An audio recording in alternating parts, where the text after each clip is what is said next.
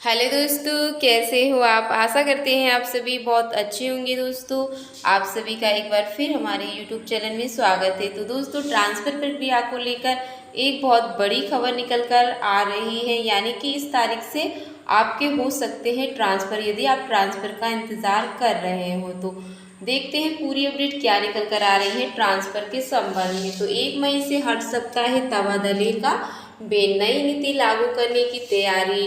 2.5 साल से नहीं हुए हैं ट्रांसफर। राज्य सरकार 1 मई से तबादलों पर लंबे समय से लगी रोक हटाने की तैयारी कर रही है। इस संबंध में जल्द ही तबादले नीति को कैबिनेट में मंजूरी दी जा सकती है। सूत्रों के अनुसार सामान्य प्रशासन विभाग नई नीति पर काम कर रहा है। उच्च स्तर पर इस बात का विचार विमर्श होना है कि जिलों में तबादले का अधिकार किसे दिया जाए और विभागों में कितने प्रतिशत स्थानांतरण यानी कि ट्रांसफ़र किए जा सकते हैं।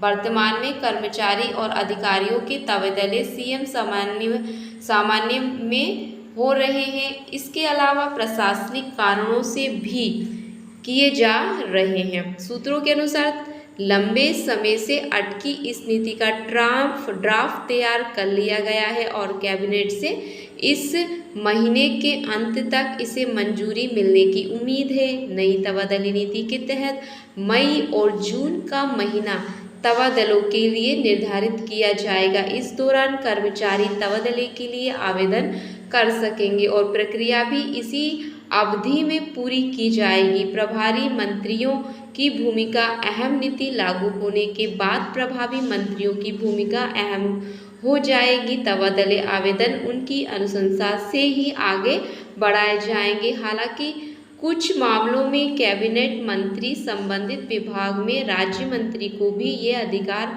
सौंप सकते हैं। प्राथमिकता के आधार पर होगा आवेदकों का निराकरण। अधिकृत जानकारी के अनुसार तबादले के आवेदकों का निराकरण प्राथमिकता के आधार पर किया जाएगा। इनमें सरकार ने जो कैटेगरी तय की है उनमें गंभीर बीमारी, पारिवारिक अथवा पति पत्नी एक ही स्थान पर होने पारिवारिक स्थितियां शामिल हैं। इन आवेदकों को प्राथमिकता के आधार पर निपटारा किया जाएगा।